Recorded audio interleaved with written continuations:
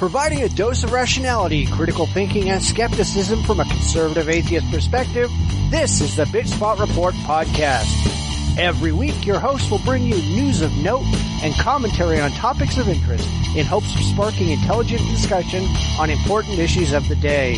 It's not pretty, it's probably not safe for work, but we tell it like it is and offer no quarter to the credulous, the gullible, or the downright stupid.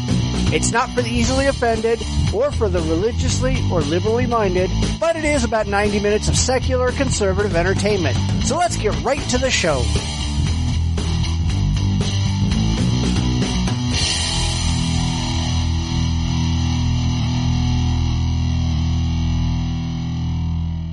There once was a man from Nantucket. Wait a minute, that's the wrong story. Welcome to the Bitchspot podcast, that crazy podcast that looks at religious and political crazies and tries to figure out what the hell's wrong with these people. Every week we spend 90-ish minutes tackling the news of the day and wondering how things ever got this screwed up.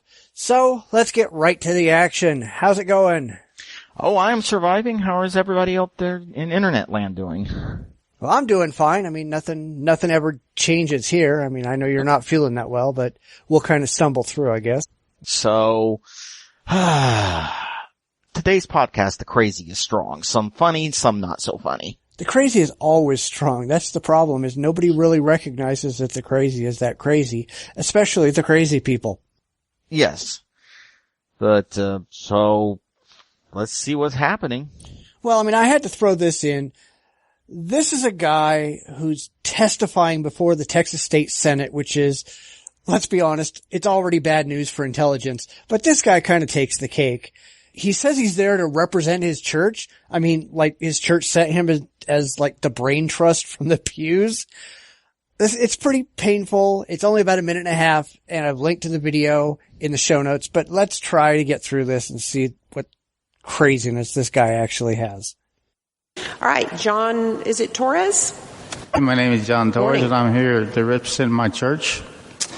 We all have forgotten that our fathers gave us the rights to religion. And it's like that lady was saying a while ago.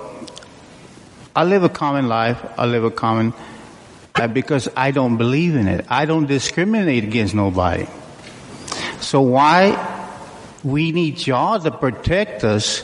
Because I have never stand up for something, but I think it's time that all the people start standing up for the belief they have. And my belief, and a bunch of us have that belief, that it's one woman and one man.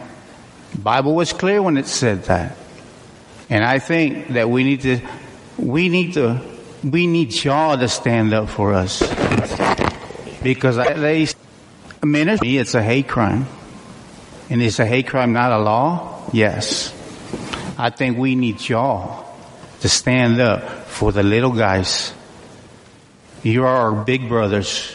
Stand up for what's right. And that is our belief in religion. And that's all I got to say. Thank you. I could feel the intelligence draining from my eyeballs. Yeah, I mean, really, it's like, seriously, what the hell's wrong with this guy? I mean, I just look at these people and wonder what the hell's going on in their heads, and then it's like, oh yeah, nothing at all. The thing I'm getting is that, again, we get back to the idea, it's a hate crime. It's assaulting us. It is forcing us to, and yet, again, I never really see this happening. A hate crime is when you largely get a bunch of guys who pick up baseball bats and decide to turn somebody into red mush on the street because they don't like his face because he's black or gay, or a category that they just do not like, even though they don't know the person at all individually. That's a hate crime. Saying, that Maria and Cindy can go get married and enjoy the benefits of marriage is not a hate crime. It does not impact you in the slightest. Oh, exactly. And I think it's funny, this came up like today. So it was after I'd already decided to put this in, but it's no surprise that Texas is also pushing a bill that will forbid Texas courts from issuing marriage licenses to gay couples, even if the Supreme Court finds that gay marriage is legal everywhere. This is a fucked up state. Right, and for which you guys, if you're in Texas, don't let them pass this bill, because the only thing a state passing a bill saying you can't obey the Supreme Court is spending a lot of money, paying for the lawyers who are going to attempt to defend the indefensible. There is one way to override the Supreme Court. It's called the constitutional amendment. Yeah, and that's not going to happen. No. And again, it also gets to the fact is that why? Seriously? All the people I know who are homosexuals, GBLT, they want to live their lives. They don't care about your lives. I hate to tell you this, but no, if you're worried about a gay couple deciding to attend a church where everybody hates them, that's not going to happen. They're going to want to go places where they are welcome. If you're upset because you do not have the ability to point at them and make their lives more difficult, I would suggest that's on you, not them. Yeah, but these people don't care. That's kind of the problem. No. Their idea of equality is they get to push their religious values on absolutely everybody else, and everybody has to believe them equally. Right. And this is something, I mean, you could probably drop in pretty much most of these discussions, most of these claims into, say, the desegregation or the voting rights. Voting rights or desegregation, either one, you could drop the same rhetoric in and it would look just the same. You're interfering with God's ordained purpose, batshit bullshit. And it didn't work back then. It's not going to work now. Why not for once just sit down and say, let's just skip all the screaming and get right to just accepting that this is going to happen. Because these people actually think that God is going to come down and make everything right. These people are out of their frickin' minds. There's no rationality or intelligence in anything that they have to say. Yeah, and that unfortunately, I wouldn't necessarily care if you want to be crazy, you can be crazy on your own time. But, seriously, when you're passing laws which give the state a role in this, your right to be crazy has kind of gone away. I mean, yeah, but this is exactly the kind of thing I tell people when they sit down and say, oh, well, it's their right. They can believe whatever they want. No, beliefs inform your actions. The crazier beliefs are, the crazier actions are, and the crazier shit we've got to fight against to get to something rational and intelligent. Yeah, and this is also not belief. This is someone who is trying to enforce the state to make his beliefs the codified law of the land. Honestly, if you say you hate gays, I think you're an idiot. I'm going to get that right out there. You're cutting yourself off from people you could know. If you say you like gays, you will not be dragged off to the gay conversion camps where under the rainbow colored flags of fascism, you'll be converted. You'll just get to know more people with a different outlook on life. But if you want to close yourself off like that, fine. That is a person's right. But these people aren't doing that. They're trying to take the state and make it a law.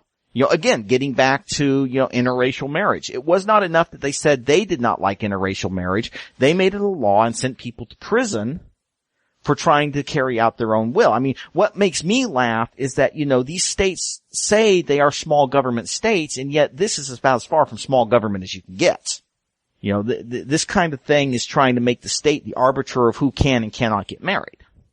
Yeah, but they don't care about the state necessarily. They want their religion to be the arbiter of who can and cannot get married. And since their religion can never be wrong under any circumstances, no matter how much the evidence says that it's absolutely wrong, they don't care. They're going to go to any length to push their religious agenda on everybody else. And it's not listed on the page because it actually came up only a few days ago, but there was yet another study showing that, religious membership in the U.S. is declining sharply.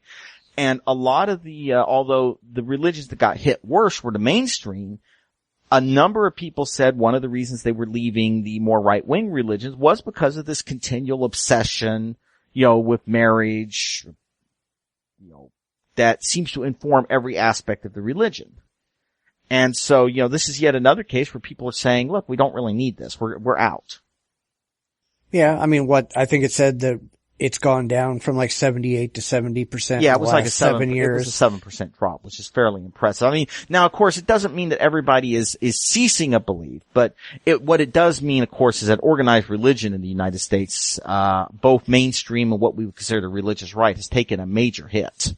Actually, it does, because the same study shows that atheism has taken a massive jump atheism is increasing. I just want to say that, not all of those 7%. I mean, one of the things is, of course, in modern society, it's, whether you're an atheist, agnostic, or have a belief, it's much easier to not be part of an organized religion anymore. Because in so many places, it's no longer considered a vital role in the community. Back in I'd say back as recently as the 60s or 70s, not being church going could cause you a lot of actual real life consequences in job and society. Now it's not such a big deal. I mean, I have a number of people, I don't know if they go to church, and if they do go to church, what church they go to. It's not a big deal. So one of the things is that our society has moved to where church is no longer the central part you had to be. And I think a lot of people in the 50s and the 60s who were going to church were mainly going because of the social pressure to go. Instead, let's face it, there's a lot of people who, if you've ever been to church, you see the person back in like right front aisle who's snoozing. He's not there for any deep reason. Yeah, I mean, that's the kind of social Christianity that I've talked about a lot of times, where people aren't going because they really believe it. They're going because they think it makes them look good to their neighbors. Or they feel that, or then you get the people who like show up pretty much just on the high holy days. And if you're not Episcopalian or Catholic, that generally means Christmas, Easter, Lent.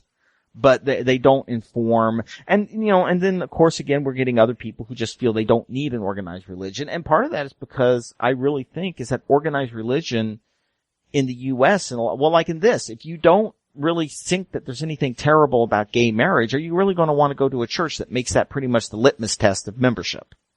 You can go to a church that says you're a bad, evil person, or you can say, well, I'm not going to go to church. More and more people are choosing they're not going to go to church. And let's be honest, without that kind of constant reinforcement of, here's the things in the Bible, here's the things you're supposed to believe, here's the things that we insist or make you a Christian, that's a quick way to get out of religion entirely, because all of a sudden you don't have people telling you have to believe that. And it's really ridiculous to actually believe these things. People just stop believing it. Right. And of course, even another factor is a lot of religions. I mean, if you look at, for instance, the, I would say the far right wing, is that it's ironic because for religions that have initially split away from the Catholic Church because they claimed to be avoiding its reliance on dogma, those churches have become possibly the most dogmatic in the United States. So once you get out of there, once you leave that church, a tremendous amount of their doctrine just ceases to have any relevance because it's based on being part of this community. Yeah, so it's exactly. going to be interesting to see what happens if this continues. I mean, it will really be interesting to see. Now, I will say one thing. For those thinking that churches are going to lose all influence, remember it's important to note that you still have these groups of people who vote as a bloc. And even a small minority, if it votes as a bloc, could have a very disproportionate impact on the political process. True, but let's be honest, people. If you're going to send somebody to speak before the legislature, don't send this guy. Don't send this guy. Send somebody with a clue. But then again, they'd have to go outside their churches because people who go to these churches are idiots to begin with. All right, so you want to go ahead and just plow through to the news? Okay, let's do that. And now the news. Last weekend, Mr. Obama's adoring, obedient, subservient lapdog news reporters gathered at the White House for the annual Correspondents' Dinner.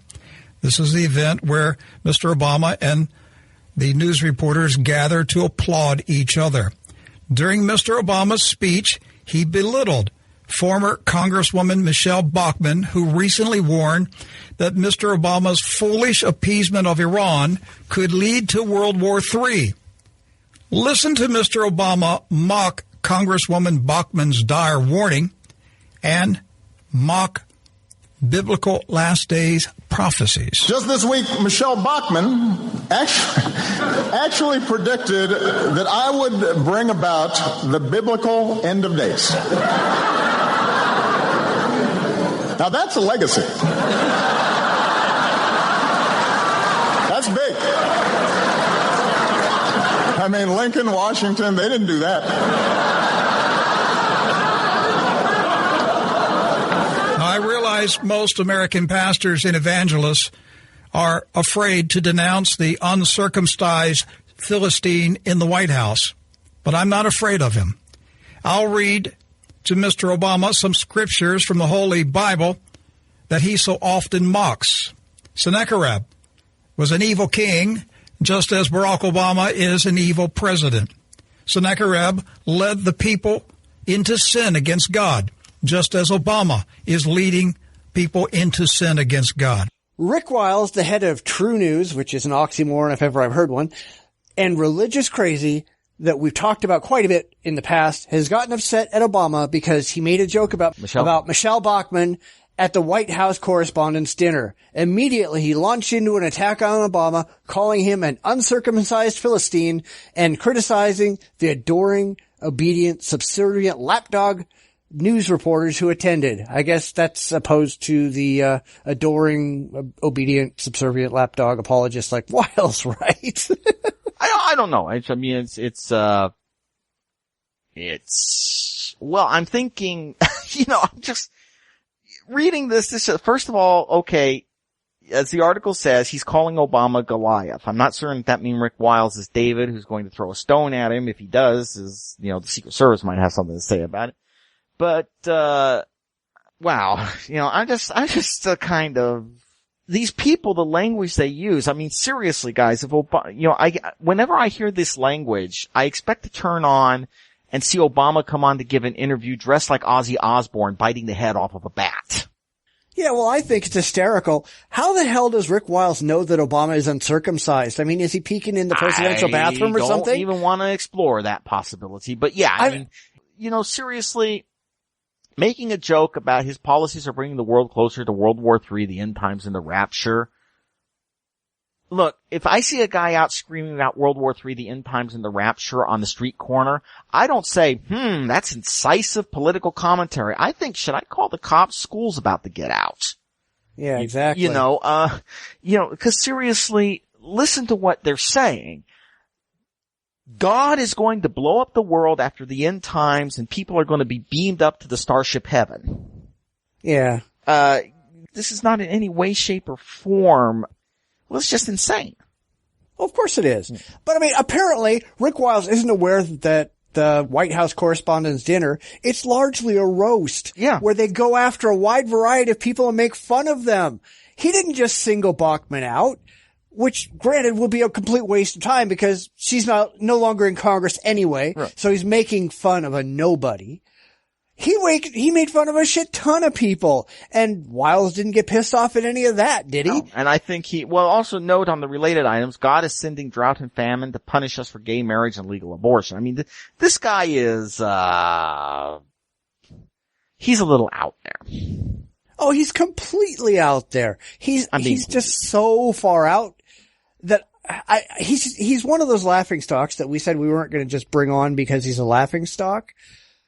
But every single thing that comes out of his mouth, out of Pat Robertson's mouth, out of Klingenschmidt's mouth, out of all these other people, it's completely wackadoo nonsense. But of course, are they really laughing stocks when a lot of people listen to them? I mean, it's one thing if a guy's screaming, a lady's a witch, if everybody's laughing at him. It's quite another thing if a guy screams a lady's a witch and has enough influence in the community that a lynch mob forms.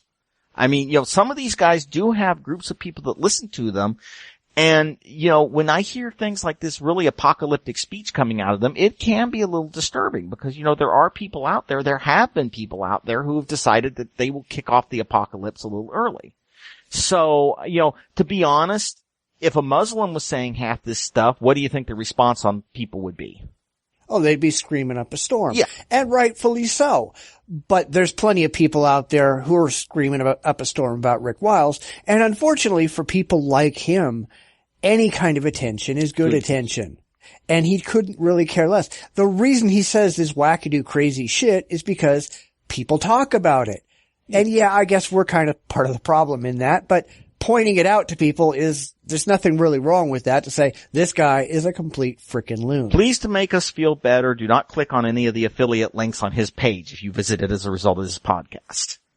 And thus we will not be part of the problem. Because also, I think some of it is that, let's face it, these guys like to make money. For people who really love to wear the Bible on their forearm, they seem to miss the part about giving everything you own away.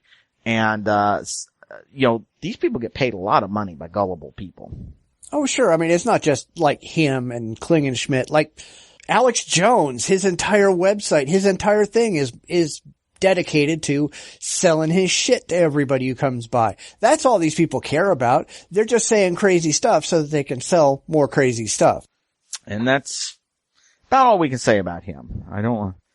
Well, I mean, the other thing is, I mean, I really get sick and tired of the professional victims. And this is on both the left and the right fringes. I mean, these are people who complain about how someone somewhere said something that made them feel bad and therefore they're evil and yada, yada, yada. I mean, when the fuck did the American political scene get to be made up of 8-year-olds? Sad to say, I would say the internet had a bit to do with that. I mean, in all seriousness, I think that a lot of the problem is that, it started to work a lot easier with the mass of people, and you were able to find these smaller groups. Because let's face it, back when, Walter Cronkite was running around, you needed stories that appealed to a lot of people. So, I think in a way, we're running into the situation where it's now possible to target ever smaller groups of people for this propaganda. But not only just that, but these are people who they act like feeling happy 24/7 is their right, and anybody who says anything that they don't want, that suddenly they're a hate group and they're out to get you and they're discriminating against you and all this stuff. It's like, guys, fucking grow up. Well, and that has happened. I mean, I was reading a case, a lawsuit where a nursing candidate sued because, she had some level of anxiety disorder, and apparently the school did not adequately handle it during a test. Now, I will say one thing, because I haven't read the entire case. It is possible the school dropped the ball, because there are procedures you have to follow if somebody has an ADA recognized disability. Flip side, though, I've known nurses in a pediatrics practice where the kid came in, nothing was wrong, and all of a sudden the kid drops in full cardiac arrest. I'm not certain if I want someone with an anxiety disorder in a field where at any moment, things could start to get very bad very quickly, and you've got to move and do something right that moment. Oh, sure. It's because, I don't want to feel bad. Yeah, it's like that. Well, it's like that crazy lady who's representing herself in court. She is suing all homosexuals everywhere as a legal representative of God and Jesus Christ. I'd be going, all right, how can I actually call out those men with the nice white coats that tie in the back to go talk to this lady? Yeah, and also, seriously, the reason they're letting her do that is that it's going to get dismissed. I mean, once it gets up in front of for the procedure. But the courts have always been of the opinion that we don't want to do anything that might foreclose a legitimate case. So yeah, it's a little bit of extra paperwork, but we're going to allow it because the judges, if she keeps filing the cases, and I think this is the first time she's filed, but if she keeps filing the cases, they can always declare her a vexatious litigant, and then they start putting more barriers in front of actually getting a case filed. But, for this case, it's, we'll let the crazy person go. And to be honest, if I was a judge and was having a really lousy, boring day full of nothing but probate cases, I might let it go just for the laugh factor. Yeah, but they should drag her ass away and say, you're just too crazy to live, and we're taking you away for a 72-hour cycle. Possibly, but again, that's like I said, the courts are really nervous about doing that, just for reasons that have nothing to do with her. It's more an access issue. But it will be interesting to see what happens if she keeps pushing it. I mean, because you are going to get to a point quickly where she's probably, they might have her for an observation depending on how she acts. Personally, if she really feels that paranoid and is talking to voices, might be a good idea to check because she could have an undiagnosed mental illness. Yeah, religion. Honestly though, that case should never even get close to court because she hasn't actually named any of the litigants. Right. There's no way for process servers to go out and serve any of these people because she just said homosexuals everywhere. Okay, like who? Well, it's a very large party. You actually, legally, I think you have to then serve all of them. All parties to a case have to be served. So. Yeah, but she has to identify them. I can see that being rather difficult. On the other hand, if she's independently wealthy, if I was a process server, I would definitely want to get to know her. It'd be job security, if nothing else. Yeah, because she actually has to pay for all that out of her own pocket. But, I'm definitely the sheriff's department's not going to do it for her. But, oh, you have to pay the sheriff's department. They don't do it for free. Are you crazy? they're actually more expensive than most of the process servers. Process servers, last I knew, you charge like $30 to go out and do it. The sheriff's department would do it for you for $45 because they carry more legal legitimacy. Right. Wow. Like I said, it's just very odd. Again, it gets back to the strange fear these people have.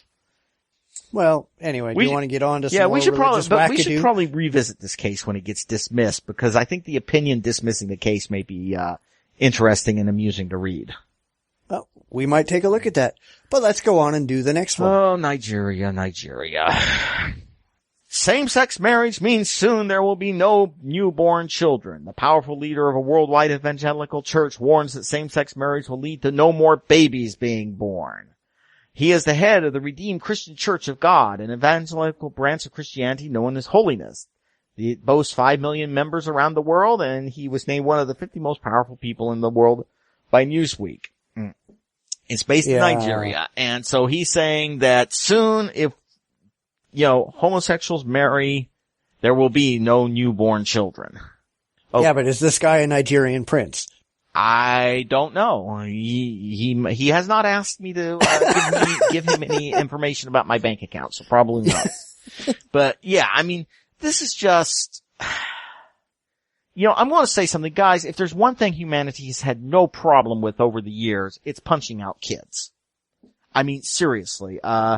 The only reason why the United States and some other countries are hitting below sustainable levels is not because people don't want to punch out kids, because kids are bloody expensive to have. And to be honest, in modern society, you don't kick your kid out the door the minute they hit 14 to go apprentice themselves. A lot of families, they are supporting their child economically up until college, and sometimes even a little beyond, especially in today's economy.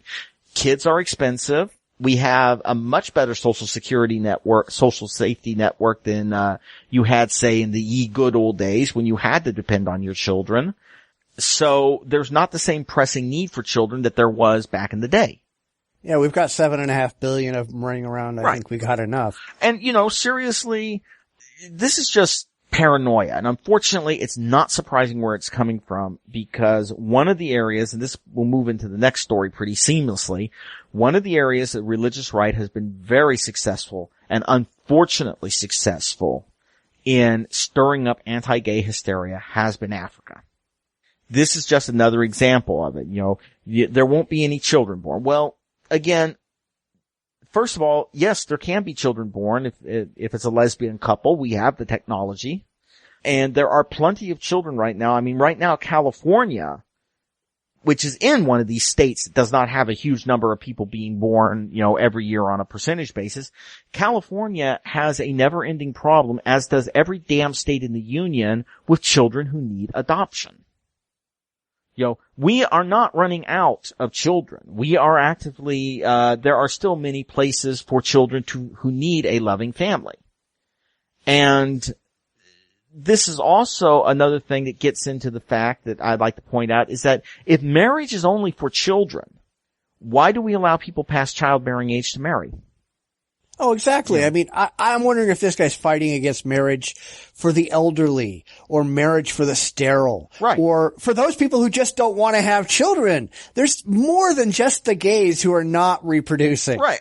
And does that mean you've got 2 years to have a child after you get married? 5 years? 10 years? At the end of the day, are you then charged for all your tax breaks? I mean, and in all seriousness, this was once a legal thing. I mean, during the Puritan era, and probably spread out more than that, but I know for certain Puritan families could sue for civil divorce based on the male's failure to provide familial duties, or the female being barren, because that was a time when having children was very important. But we no longer live in the Puritan era. Yeah. Well, it's like my sister, all right? She has back problems, and she's been told that if she ever got pregnant, she would end up in a wheelchair for the rest of her life, because her body just can't do it. Right. And she's married.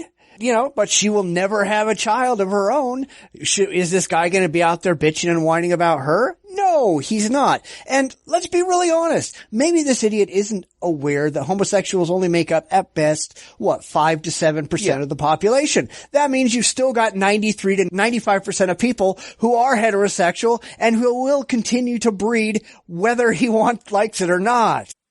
Yeah, and see, the thing is that I would say normally make a snarky comment about how he probably failed math, but no, he hasn't. This is a tactic that has been, all the way back to the days when the Jews were poisoning the well water and causing the plague. I mean, he is using this to whip up hysteria. It's a visceral threat. It's not a threat that makes any sense if you think about it, but that's because a lot of the people it's aimed at aren't going to think about it. He's whipping up a lynch mob. And again, what makes this a little enraging to me is this is not America where attempting to whip up a lynch mob gets you a trip to jail. This is a place where whipping up a lynch mob will get the other people very, very dead. I mean, and where the state is backing you up. I mean, one of the questions I'm going to have is, okay, why aren't these groups being targeted as terrorist groups? These organizations are engaging in activity providing material support, and we do have laws about material support, to groups and organizations that are set up to commit hate crimes and have committed hate crimes.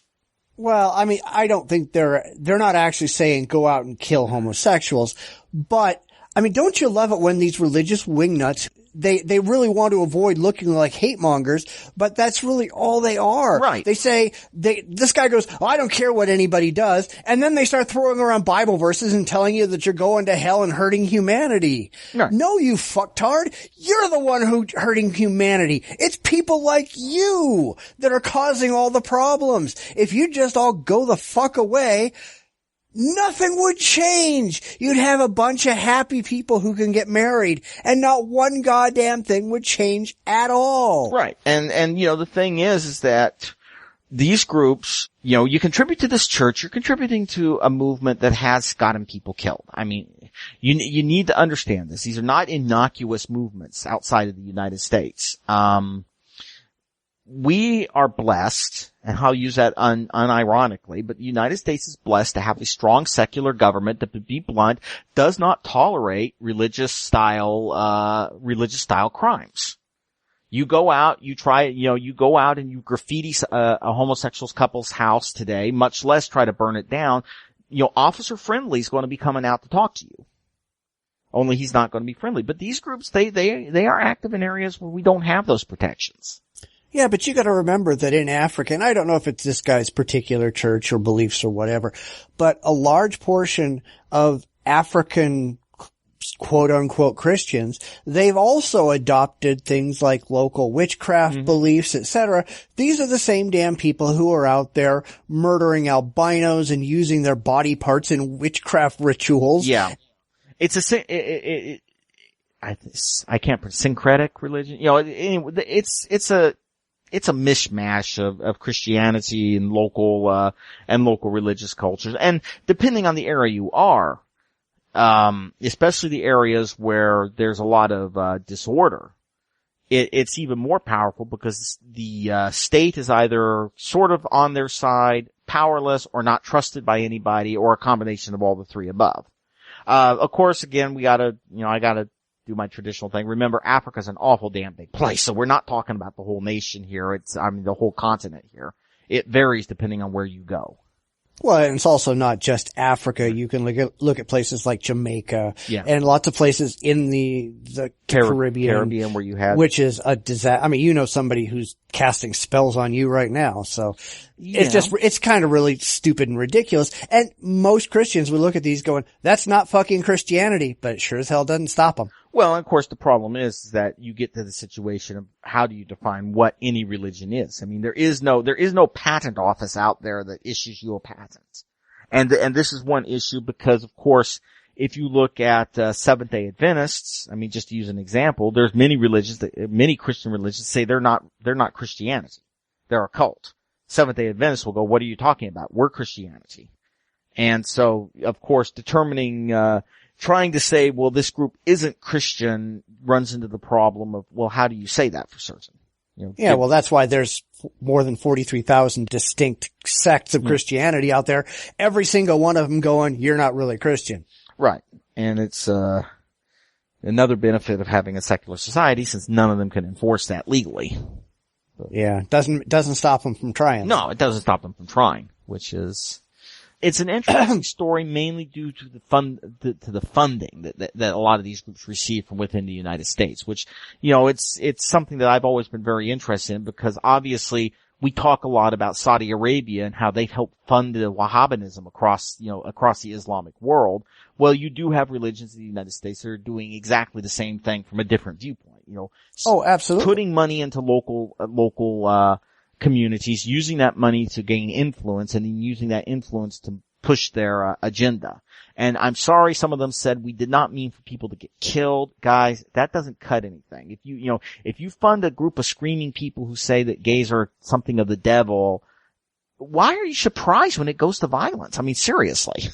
Well, of course. I mean, the whole Ugandan, we're going to put homosexuals to death, that even though it didn't eventually pass, that entire thing came from U.S. evangelicals, because they know they can't get away with that shit here in the U.S. So they go pretty much the only place they can still get away with pushing that kind of hate-based bullshit, Africa. And, unfortunately it is, like I said, it's a case where I'd like to see a little more focus on this. Cause again, there are laws, about attempting to, influence other countries' political process from the United States. It would be interesting to see if they were ever to be applied, but, obviously that's dynamite and to be honest, probably not important enough for any administration right now to get involved in, given all the other stuff that's going on foreign policy. Oh yeah, because they don't want to drive away the evangelical voters from their side. So they're never going to bring that up. Right. Or if you're Obama, you really don't want to, you've already got enough problems with a Congress that's trying to sabotage, negotiations with Iran. You don't want to really bring something up that's going to expend even more political, capital for honestly something that is, well, it's sad to say, but for a lot of the government in the United States, they just figure, okay, well, it's not a big deal compared to our other foreign interests.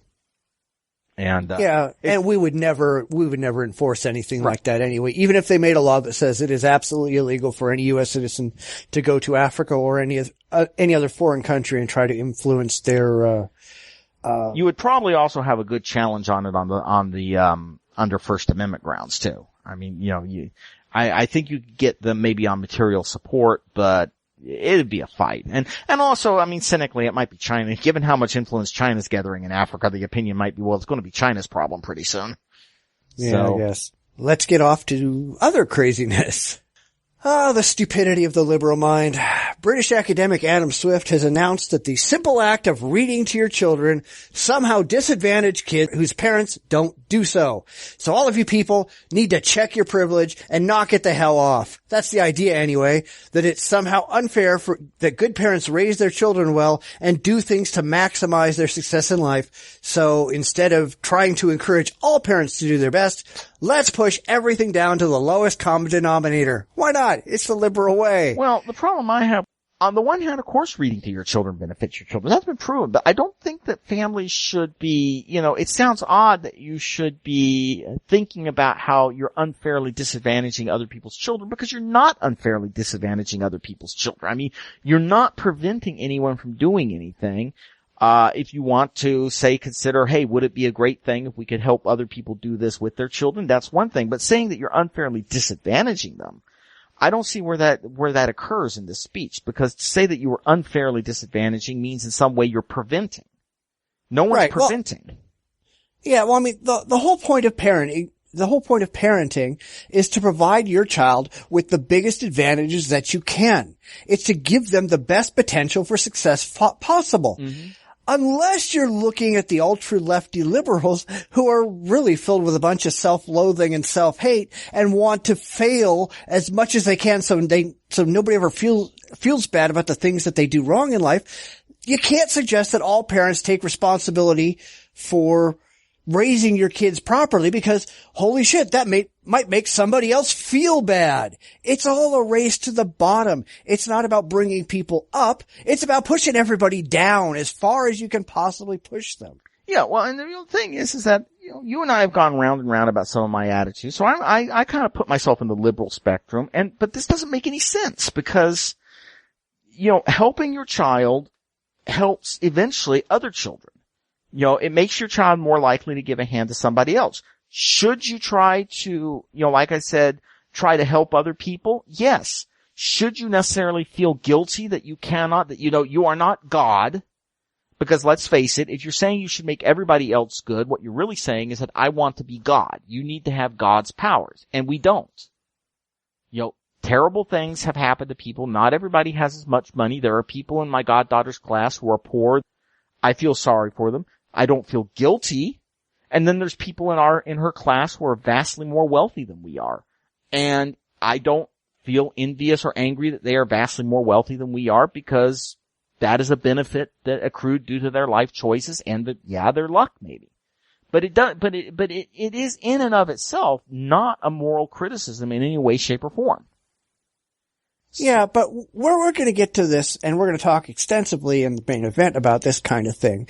But this is really ultra common among people who self-identify as liberals. They sit around and go, oh no, well, you're white. You have this privilege and you have some responsibility to not live as well as you're living so that black people don't feel so bad, or that so poor people don't feel so bad, or that this group over here or that group over there so they don't feel bad about the situation that they're in. No. We get to the point in life that we're at because we work our bloody asses off to get there. And maybe if these people over there really want to get to this point as well, they'd better get up and work their asses off to achieve more. But no, they're lazy and they're stupid and they don't do what they ought to be doing. They make poor life choices and then they sit around and go, geez, we're depressed because we're stupid. And the liberals are going, well, hell, we can't let you feel bad about anything. So we're going to sit around and tell everybody how awful all the people who've actually succeeded in life actually are. Well, see, the problem, it's possible to not be successful for reasons beyond your control. I mean, I've known it's happened to people I've known, but equally, just feeling bad that you are more successful than someone else does not help the people you're feeling bad about. I mean, I think one of the problems is that, it's like the old process of self-flagellation where you're whipping yourself on your back. Does it help?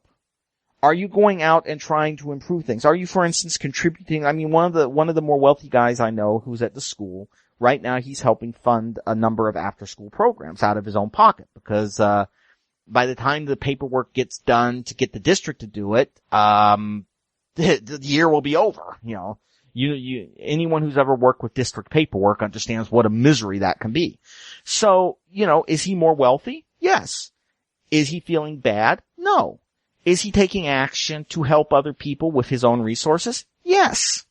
And, this is something that if you're upset about what you consider, privilege, and everyone has privilege to some extent. A rich person has privilege over a poor person. It is sadly or not sadly, depending on your viewpoint, it is inherent in any kind of society. Then you are perfectly free to take actions, whether it's to lobby the government, to spend your own money, to go out and volunteer, to do something. But just saying I need to feel bad about it, it makes the person feel miserable and it doesn't actually help the world at all. Yeah, but they don't care about helping the world. That's the thing. If you actually look at the way that they work, and this is especially true of the online social justice warrior group, who don't actually lift a finger to help anybody, they just type a lot, but they treat everything as privilege. To a certain extent. I mean, let's be really honest. A homeless guy on the corner has privilege over a vet who's a quadriplegic in a coma in a hospital bed. Are we supposed to run around and go, damn you, homeless person, you have privilege, you should feel bad about it? No, it's just stupid. But that's the kind of worldview and mindset that these people have. Well, and there's also a problem. I mean, this will go to the main event a little bit, but there's also the problem is that, okay, there's privilege that is just way you feel. Then there's occasionally privilege enforced by the state. I mean, my family, up until the 90s, lived in a place, down in Kentucky, Virginia, a couple of them lived down in Georgia ways, and some of those communities were sundown towns in all but name. I mean, obviously they weren't official sundown towns because by the 90s that wasn't legal anymore. But so yeah, can you say there's privilege there working? Yeah. But that's another thing, is that America is a big damn country. Things change. And, we've had a lot of history going through and things change. So a lot of times when you hear people talking about privilege, I don't even know what they're talking about because they don't specify. What do they mean when they say privilege?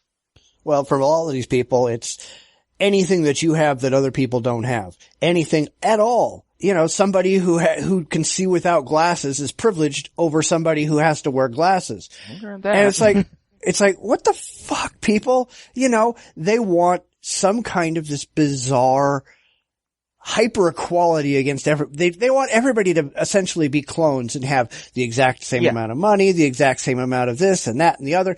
That's not reality, guys. You people need to grow the fuck up and live in the real world. And these people don't seem capable of doing that.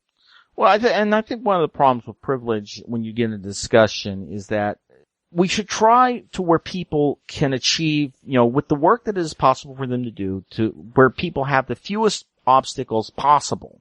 Again, fewest obstacles possible, because you're never going to get rid of all obstacles. To achieving what they want, if they want to put money into it. I mean, if they want to put effort into it, excuse me. That is the best way to help abolish, make it easier for people to rise to their greatest hopes. But to just be angry about privilege, is, like you said, counterproductive, because it doesn't, in and of itself, it does not lead to any progress. Privilege is such a moving target that it can be described for anything. Just to use an example, are people privileged today over the days when segregation was actually legally enforced? Of course. But if you just establish privilege as that, then okay, we can stop. We don't need to do anything else. The battle's over. We won. And that's never the way it is. Maintaining society is always a moving target, and trying to talk about privilege, I think, harms that. Yeah, but like I said, we're going to be talking a lot about this in the future. Getting back to this, though, this guy seems to think that it's a horrible, awful thing for any child to live in a loving household with parents that care about their success and are willing to put in the effort and the time required to actually make their child's life better, just because some other parents may not do that. Why is he not getting mad at the parents who aren't doing that? Yeah. And, that would be more productive. I mean, for instance, you could argue if, both parents have to work full time and they can't, maybe we should try to arrange it so they can. That would be, whether or not you agree with it, that would be a case of trying to bring everybody up rather than saying that the people who are already able to do this shouldn't. And to be honest, why shouldn't they? I mean, because the entire idea of doing everything you can to benefit your children isn't supposed to be a bad thing. I mean, parents commonly dedicate their lives to helping their children. So the idea that there should be some limit based on what other people can do, as long as you're not victimizing someone else by, helping your children, is errant idiocy. I mean, of course they're helping their children. That's what parents do. Well, that's what they're supposed to do. Yeah. And these other parents who aren't doing that, they're failing. Why aren't we pointing this out? Why aren't we saying these parents over here who don't give a damn about their children's education, don't care if they do their homework, don't care if they learn anything, don't care if they commit crimes, don't care, who don't care about any of this stuff, don't care if they get involved with drugs, don't care if they get pregnant out of wedlock, don't care about anything. Why aren't we pointing out that these are bad parents? These are horrible people who have no business breeding in the first place. Well, but nobody talks about that. Well, if you hang around a teacher's break room, you'll get a lot of talk. Because, I mean, every teacher knows the parents that about the only time they show up is to get angry because, Johnny's on suspension because he hasn't shown up, or Johnny's a pyromaniac, or Johnny hasn't seemed to learn that other people's properties are not his. I mean, you get this a lot in schools when you're around, is that there are some parents that seriously think that, by feeding the child and not starving the child, although unfortunately even that's not a given, their responsibilities are over. Their responsibilities are terminated. And there's not, I regret to say there's probably nothing you can do to help those children because the failing is not the child, the failing is the parent. Yeah, but there are actually things that you can do that you'll never have happen in this country because you're actually penalizing the parent. You know, if you actually say, okay, great, all these parents who are on frickin' welfare, well, guess what? If your child does not perform in school, if you are not being involved, if you are not doing X, Y, and Z, if your child's not staying out of jail, guess what? We're cutting your damn welfare money and you're still being held responsible for all the shit that you have to do. And we're going to have child welfare people out on your doorstep all the time making sure you're doing it. The only way for you to get this money is for you to fucking perform and act like a responsible human being. But they'll never do that. Well, you know, and the thing is that you also, I mean, the problem I have with children and raising children, I mean, it's sad to say, when I was doing teaching, the worst family we had was actually upper middle class. God, I still get pissed thinking about them. Anyway, I don't want to get into it very much because obviously I don't really want to let people know who the kid might be if they know who I am because that's not really on. But let's just say they screwed that poor kid up beyond belief. You know, the problem is that, at least in this case, you have the fact that most of the appellate courts have ruled that, you know, having your child is a constitutional right. And that, well, it's not a constitutional right. It's a biological reality. You can't stop people. It's not possible to watch every single person 24 hours a day to make sure they do not engage in unprotected sex. Right. Shit happens. And the thing is that unfortunately there's been abuses by the state, by, you know, individuals, by screw-ups. So the courts generally are really suspicious of anything tied to, childhood. The problem, of course, is that this means that, yeah, when you get the people who do not want to raise their kids right, or who can't be bothered, it is a serious damned issue. And, you know, unfortunately, just about every damn study that's ever been done, liberal, conservative, middle of the road, you know, take your pick, childhood, especially the first 10 years, is such a vital part of the predicted future success of that individual. I mean, it's really impossible to overstate how vital it can be to that child. Well, I mean, the number one biggest predictor of success in life is living in a two-parent household. Mm-hmm. So that means the poor are just fucked because, you know, in the poor communities, you've got a 70 to 75% single parent household. Those kids are fucked right out the gate. Well, not all of them, but yeah, they're definitely struggling at a severe disadvantage compared to people in a more stable household. And of course, poverty, even beyond the fact that if you're living in a single parent household, poverty means you are just naturally, you are living in a less stable environment. And unfortunately, there is, and you know, this gets I hate to, you know, this gets to an area, to get back to the religious fundamentalists, is you gotta remember, the assault on abortion isn't just an assault on abortion. They are also continually launching attacks at any programs involving contraception, effective sexual education, anything that could prevent an accidental pregnancy. You know. Yeah, well, I mean, I saw another news story in the last couple of days where the Catholics who are out there whining and bitching and complaining about abortion, about pretty much about anything. But they hate abortion, and then they turn around and go, well, we also hate, like, in vitro fertilization because it's not natural. Right. What the hell is wrong with all you people? There's something severely wrong with your mental processes. You know, it's one of these cases. See, I myself have to admit, sometimes I wonder about in vitro because we got so damn many kids need, you know, foster homes and to be adopted. But it's a case where they just are generally against anything involving the artificial manipulation, termination, or initiation of a pregnancy. The problem I have is that, you know, the old saying, God must love the poor because he made so damn many of them, is that when you make it difficult to get aid to, say, control your pregnancies, you know, there's a number of states that have either banned or are trying in the process of banning state aid for contraception. You're not just harming the people, you're having a child who may very well be born into a home that cannot materially provide for him or her, is not prepared emotionally to provide for him or her.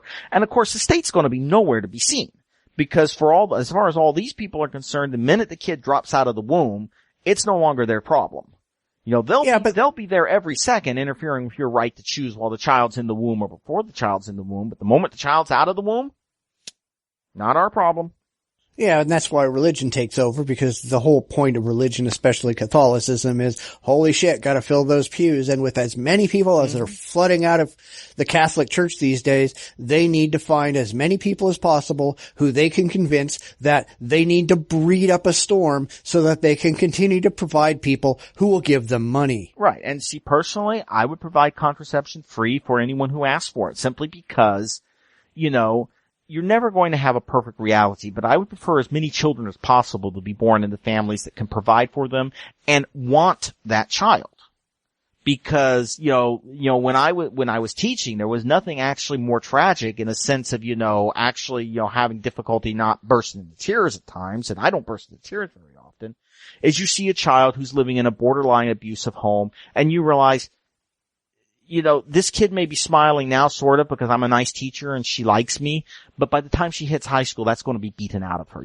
I'm looking at somebody who right out of the gate not only isn't getting the advantages I'm getting, but is specifically getting everything the other way. And that is shameful. And the fact of the matter is that if free contraception is going to reduce the number of children that have to live that nightmare, hey, I'm for it. If the religious right that does not like contraception so much wants to do something for it, I would ask, why don't you put your money where your mouth fucking is, scrap some of your big ass temples, and put that money into financial aid for some of these children? Oh, that'll never happen. Yeah. Come on. Yeah, it never will. And that's the thing that gets me actually seriously angry about this, because, you do not have a right to do something that's going to cause these children to be more, disadvantaged than they are.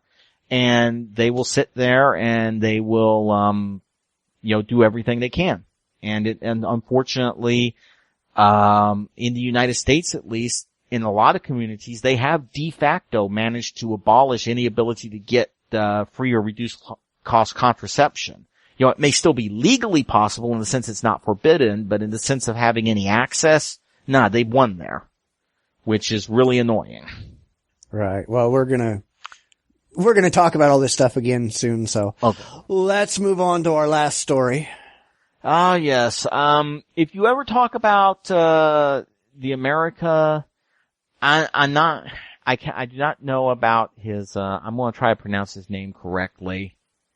Ananta Bajoy Dash, I think is his name.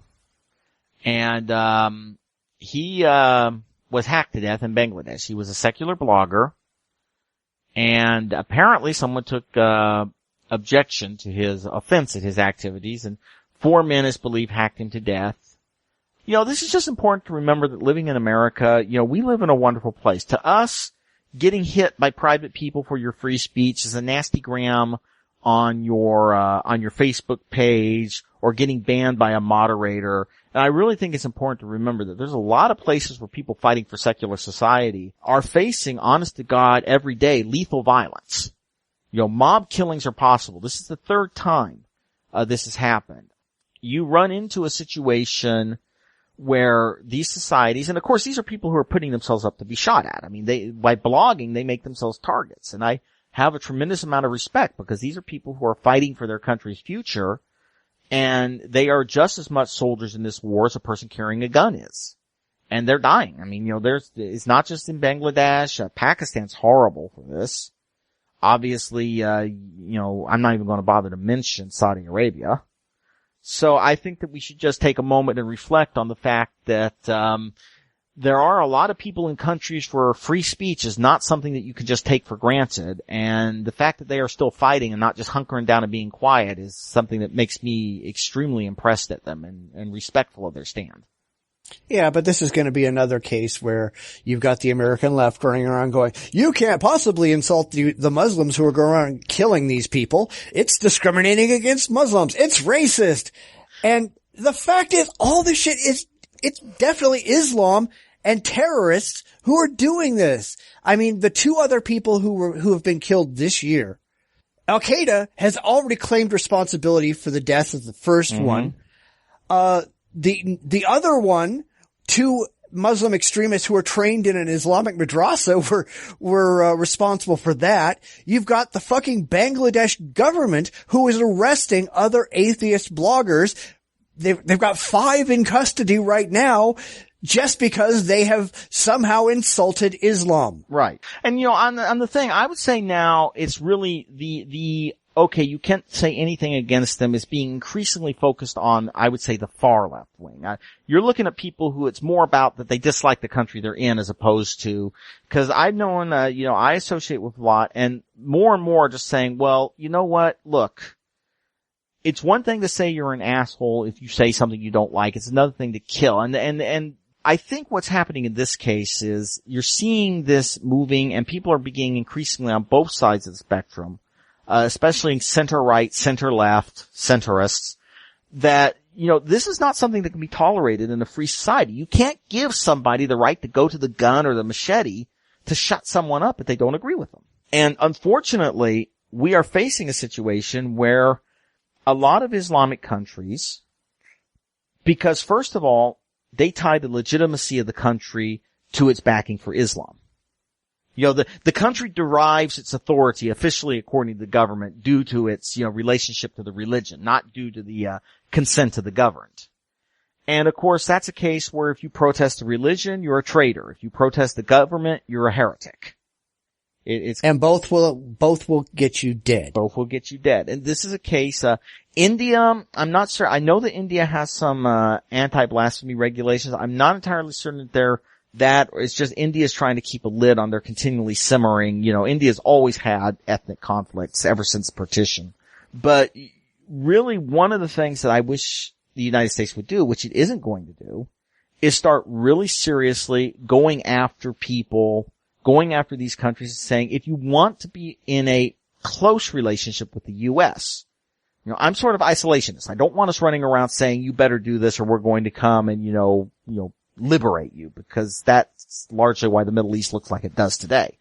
Yeah, but that's really the job of the UN. That's not the job of the US, and the UN's a bunch of fucking wimps. Well, I mean, let's face it, the UN was never designed to do. The UN, the important thing to remember about the UN is that really its main function is it lets people talk even if their governments aren't officially talking. That's really, when you get down everything else, it does some good stuff, but one of the big things about the UN is that it lets people have conversations where neither nation has to say, okay, we're coming to you, and so obviously we kind of lost the political battle. I heard a fellow say its greatest benefit is not so much in the General Assembly, it's the hallway outside the General Assembly, because there's been plenty of nations who officially aren't even allowed to talk to each other that have had long discussions in that hallway, and then, something gets done because they can have that, covert line of communication. But the problem is that the UN, no one wanted the UN to become a world government. No one trusted the UN to become a world government. The only reason the UN got to do anything in Korea was Russia stupidly boycotted the meeting. Yeah, but you gotta remember that the UN is making all kinds of declarations and, their universal human rights declarations. And then when somebody violates those, even signatories to it, they just go, no, you shouldn't do that. Tisk, tisk, tisk. And then never does anything more about it. Well, the thing is they don't have, the UN has the General Assembly has no power. The Security Council has 7 vetoes on it, and among those 7 vetoes, you can find close allies of every nation on the planet. So it's, for instance, to use the example of Israel. The U.S., I don't care what the Security Council says, the U.S. will veto any anti-Israel, sanctions. Ditto for actions in the Crimea. Russia is going to veto anything about that. So the UN is designed as something that works if everybody agrees. I don't consider it a waste of time because it has done a fair amount of good stuff, but I think it's important to remember it's not going to be a world government. It's not a model for a world government. Sorry, Star Trek fans, but it's not. And it never is going to be because there are too many conflicts in the world for that to work. It's basically a committee to where you can talk and hopefully have a little bit less, shooting than we would otherwise. Yeah, well, my whole thing is that people volunteer, or countries voluntarily sign on to the UN. They voluntarily agree to follow the rules that are set up by the UN to get into these committees, to have these discussions, etc. And then when these countries decide, fuck it, we don't want to do that anymore, there's absolutely nothing that comes out of this. Nobody even gets thrown out of the UN. It's just, we're just going to look disapprovingly at you, and you're going to just go do whatever the hell you're going to do and violate all the rules that you have legally obligated yourself to follow, and nothing ever happens. Yeah, well, I mean, and the thing is that, for instance, a lot of countries don't, the US, Europe, I'm not certain how many countries have, but of course, if the US, if we sign a treaty, if it goes through the 2/3 process of the Senate, it has the same force as the law of the land. Not all treaties do that, but equally, the UN is just, like I said, it's a committee, and I don't think you'll ever get anything better because nobody is going to be trusting enough to surrender to sovereignty in that way.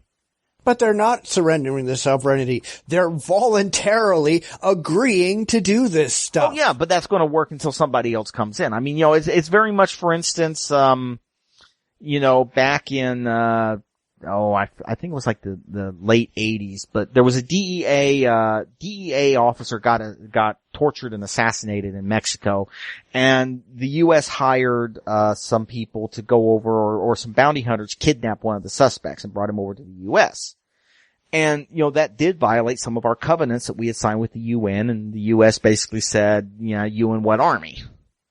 Yeah, which is stupid because any agreement that we sign, and I know we have a really bad track record of this, but this ought to go everywhere. But if you sign an agreement that says, I am going to follow these rules or agree to these things or do these things or whatever, and you don't do it, there ought to be consequences. Yeah. At the very least, the UN ought to go, well, fuck you, get that, you're no longer part of our organization. Of course, they'd have to move. That's not going to happen. But I mean, for all these countries, say for Bangladesh, to get back to the story, if Bangladesh does these things and Bangladesh is signatory to these agreements, then the whole point of this is the UN ought to say, no, that's not acceptable. And all the people in the UN ought to be going, yeah, and guess what? Kiss trade with us goodbye until you actually do and hold to the agreements that you're supposed to hold to. Nobody does that. No, well, I mean, because you get to the fact that there was a French philosopher that said the state is a cruel monster. Because to be brutally honest, at this point,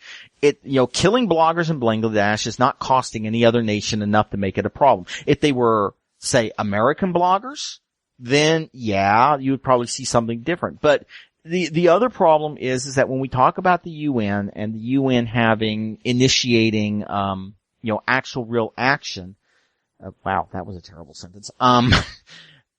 You run into the problem is that let's think about some of the things the UN has done in the past. Okay, we passed resolutions regarding Iraq, including, the famous authorization of force resolution that we got because everybody knew that Saddam Hussein had nuclear weapons ready to go in 45 minutes. And then Libya came, where we, saved the widows and orphans in Libya for what turned out to be an entirely put up, claim of massacre. One of the problems with giving the UN any real power is that you just have to look at the way the UN's operated, and, there's a fairly good argument to keep it the way it is now. But it's not about the UN having power as far as I'm concerned. It's about all the signatory governments having power to come together and collectively decide things and hold any governments that do not hold to their agreements responsible and accountable through financial, military, or whatever. They don't. Well, for like the World Trade Organization. I mean, the World Trade Organization and the International Monetary Fund will hold you to these things. It's just that in cases like this, again, it's sad to say, but it's not really that important to anybody. Nobody wants to run the risk of taking the hit to trade with Bangladesh because Bangladesh can't keep their crazies under control, because at least for now, the crazies in Bangladesh aren't bothering anybody else. Now, but worldwide we see that shit and we're not holding anybody accountable. Right, and that's the problem. But nobody wants to do it. I mean, one of the problems is that for a lot of these countries, the only way you could change things would be massive, massive and serious actions, and no one wants to do that. I mean, the American voters sure as hell don't want to do it. If you said, hey, let's do something to try to change this, most American voters would say, screw you, we've got enough problems at home. Yeah, but we're not actually talking about military action. In the case of Bangladesh is pointless. Yeah, well, Bangladesh has enough problems of its own right now. Yeah, but there's nothing wrong with saying, hey, guess what? All your major trading partners, guess what? We're out. We're not buying any of your products. We're not selling you anything. You're basically going to go to hell. We'll give you 60 days to get this shit under control. We will offer any help we can help you with, whatever, but this shit stops or your country goes away. Yeah, but see, the problem is, I can tell you what exactly would happen to that is that it would never get anywhere in, say, the Congress. I don't know about Europe, but in Congress, you would have people marching up to Congress saying, hey guys, that's going to cost our constituents money. It'd be a shame if your opponent next election got a lot of money. I mean, again, it's just not, domestically, no one wants to stick their neck out like that. And so the last time that happened, I mean, seriously, the last time you could say that really happened was South Africa. When you actually got a sustained action against South Africa, and that was because South Africa was out there waving a bloody banner saying, nah, you can't make us do this. If South Africa had taken even the slightest actions to say, okay, well, we're trying to move forward, I think that the embargo and the boycott would have collapsed. So, countries have to really push it before you can get the popular support that will get the politicians moving out. That will have a politician say, okay, I got enough cover on my ass for this so I can do this. So, I expect it's going to stay the same. Unfortunately, what will probably happen is that nothing will happen. There'll be no domestic support in any nation for this until something dramatic happens involving a foreign national. And then you'll have everybody demanding something be done right then. Maybe. And maybe. Yeah. Well, I mean, that's one problem. I mean, just to go back to the Libya thing, everybody said we have to do something right then. And it's kind of like, well, what about the last 20 fucking years of you guys selling guns to Gaddafi? If he was such a terrible person, why were you selling him guns? Instead of saying, we're not going to do business with you until you are until you have a better leadership role. But no one does that. It's only when something happens that suddenly gets pictures on the 6:00 news or YouTube, and then there's this sudden rush to do something, do anything, even if it makes no sense at all. Yeah, unfortunately. But, all right, so we should probably get back to our major discussion and get out and do the main event. Okay. This is the main event. Since we just did a story on privilege and social advantages, I thought it would be a good idea to expand the discussion because it's really gotten completely out of hand. There's a lot of rhetoric out there on both the left and the right where they want to bring the world down instead of building it up, all because, well, somebody just might feel bad if they have to accept their own failures. I mean, on the left, you've got the absurd concept of privilege, especially when it comes to race, as I've put a story out there where a restaurant wanted to have a white appreciation day and liberals went apeshit and called it racist. And then another story which points to a point where white students get less harsh treatment than black students, something I totally agree should never happen, but it entirely overlooks the fact that all these students are actually guilty of transgressing the rules in the first place. And nobody wants to talk about that. This whole thing is just ridiculous. Well, with this thing is that, and then, you've got the right wing sometimes doing their thing with, religion, and yeah, a lot of them are problematic on race because when you get comments. But in this case, first of all, these guys are Hispanics. And they are apparently the owner is a first generation American citizen. He is not exactly someone you would consider to be measuring himself for a white hood to go to a local crossbreeding. He is an immigrant. He's a child of immigrants. Personally, I think that this was blown up, as you said, by people looking to be, offended because he is not, this does not fit what you would consider, what you would see as racist. Now, if it was White Appreciation Day with a big ass Confederate flag on the, yeah, then you can make an argument that, okay, things are a little different, but it's not. Because what he's saying, all Americans should be celebrated. Well, he's Hispanic. I doubt he's saying only white Americans should be celebrated. He's trying to come to a more inclusive thing. Yeah, but you get a lot of people who don't want to hear anything about that. They have this weird idea that the only people who should be celebrated are minorities and women and transgendered people and gay people and anything that is, and I don't even want to say norm except in the sense that it is, the majority, anything that is like that. Well, fuck those people. Those people are the bad people that we should all completely ignore. Well, and the thing is that giving a discount, because this is something he's giving a discount. I believe that the store was thinking about other discounts. And race in America can be wonky. I mean, one of my friends, he went, in Florida, they went from being seen as white to Hispanic and then in some parts to be seen as black because of changing demographics, changing attitudes. This is simply a case of a store doing a little publicity stunt. It doesn't strike me. I had some African American friends just figured, okay, well, they do that. They have the store down their street has a Black History Month appreciation, discount. They don't care about that. It's just something that stores do. I don't consider it, racist. I mean, and one of the problems I have, and you and I have gone round the curve on this in some quite heated arguments. But the fact of the matter is that my problem with things like this is, yes, racism is a problem. But when you start arguing stuff like this is racism, it's like calling everybody a fascist who disagrees with you. The term goes away. The term loses any meaning. I don't see this as anything bad. I don't see this as anything good for that matter. I see this as a store doing a little, PR stunt. The same thing happens, and I've seen stories about this where, there are bars out there that will give women a discount on drinks or discount on or free admission or whatever. Right. But the second that they do the same thing for men, liberals lose their shit. Because, holy shit, it's not for our chosen demographic. Well, to be brutally honest, I would say that, I'm surprised that, it comes up, either that way, because again, it's just, I knew some bars, they would do alternatings. One night men get them free, one night women get them with no cover charge. It's, to my mind, it has very little to do with, sex. It has more to do with, let's see if we can fill this bar up so at the end of the week I have a nice till that's full of green. Well, which is the whole point of having a business in the first place. And it's up to the bar owner to do it.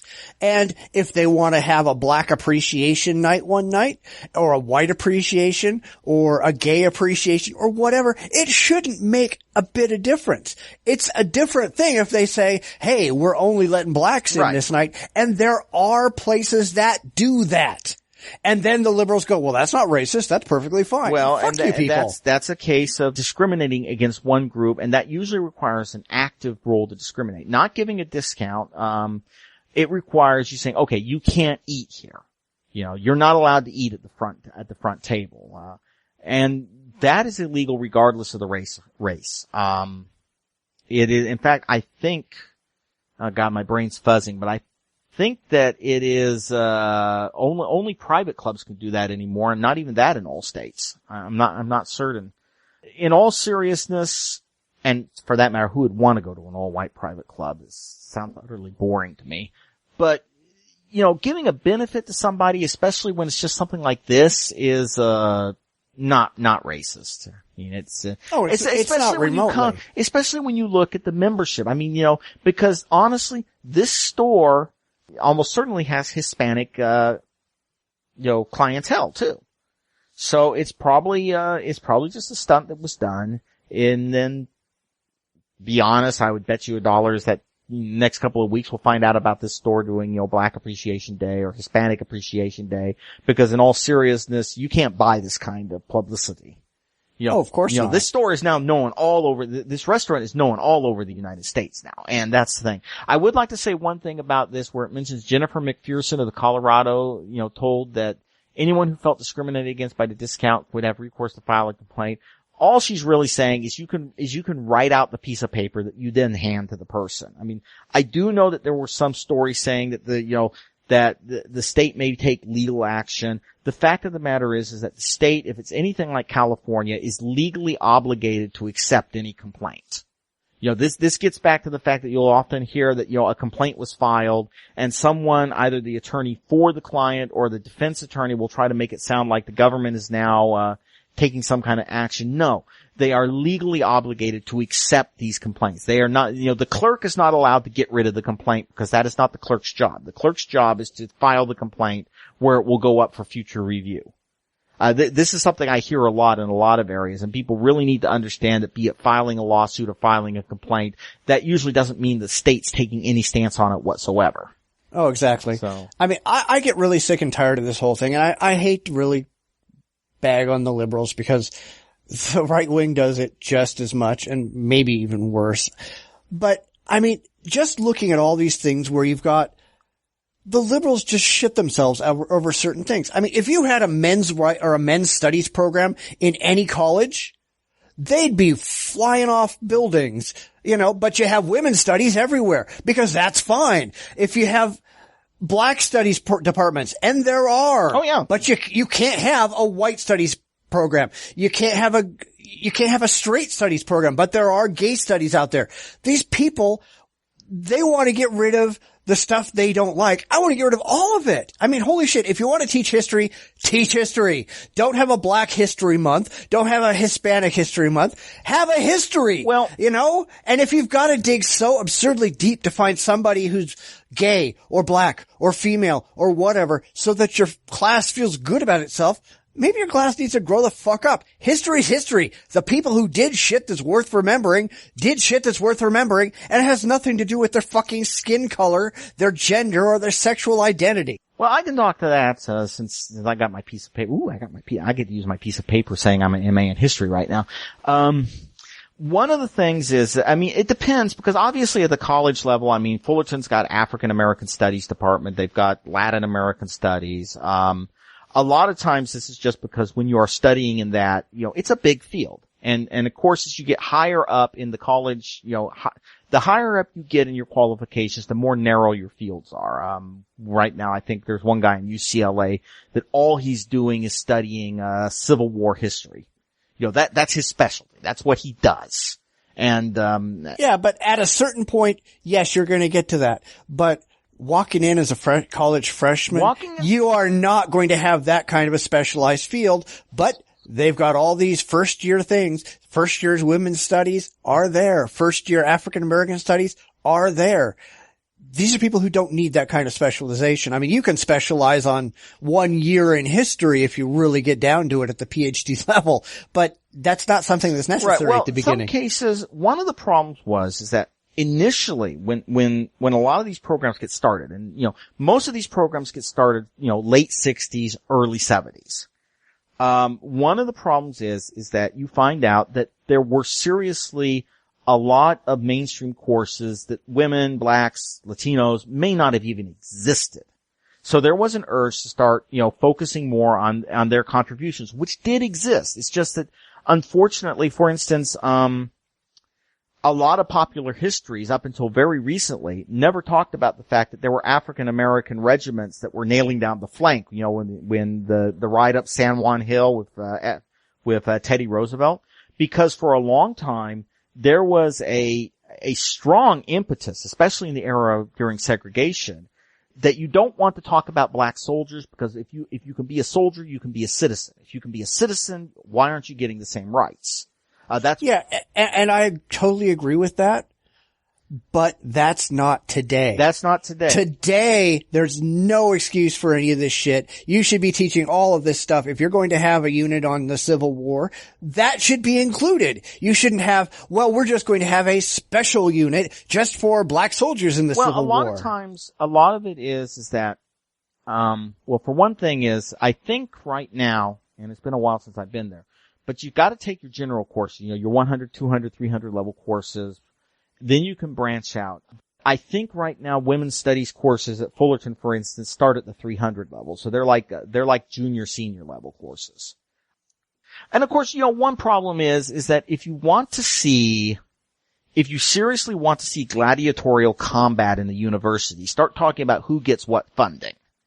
And so for a lot of these courses, ranging from, women's studies to English studies to whatever you care to mention, a lot of it is about, I'm going to keep this course because if I keep this course, I get to keep the funding for this course and my department is good.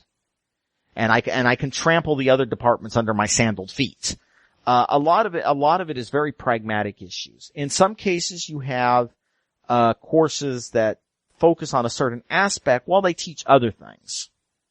You know, I mean, I TA'd a couple of 300 level courses that were general American history, but they also did kind of put a little bit of emphasis into women's contributions, over the time. And that's all entirely fine. My question is, why separate it? Why not just say, okay, we're going to have a 300 level history course on blah, and we're just going to examine everybody. We're not going to say, okay, black people have to go over there, women have to go over there, Hispanics have to go over there, gay people have to go over there. We're just going to teach history. And we're not going to just teach history from a particular perspective, because as soon as you start doing that kind of crap, you're teaching racist history as much as the people who were complaining, rightfully so, about people who were only teaching the history of white people back in the 50s and 60s. You don't get it both ways. Yeah, well, I think that if you're looking at a lot of histories, depending on what you're going, I'm looking right now, anyone wants to check, is that the CSU courses, we have some minority courses at the 100 level. They mostly seem to start at the 300 levels.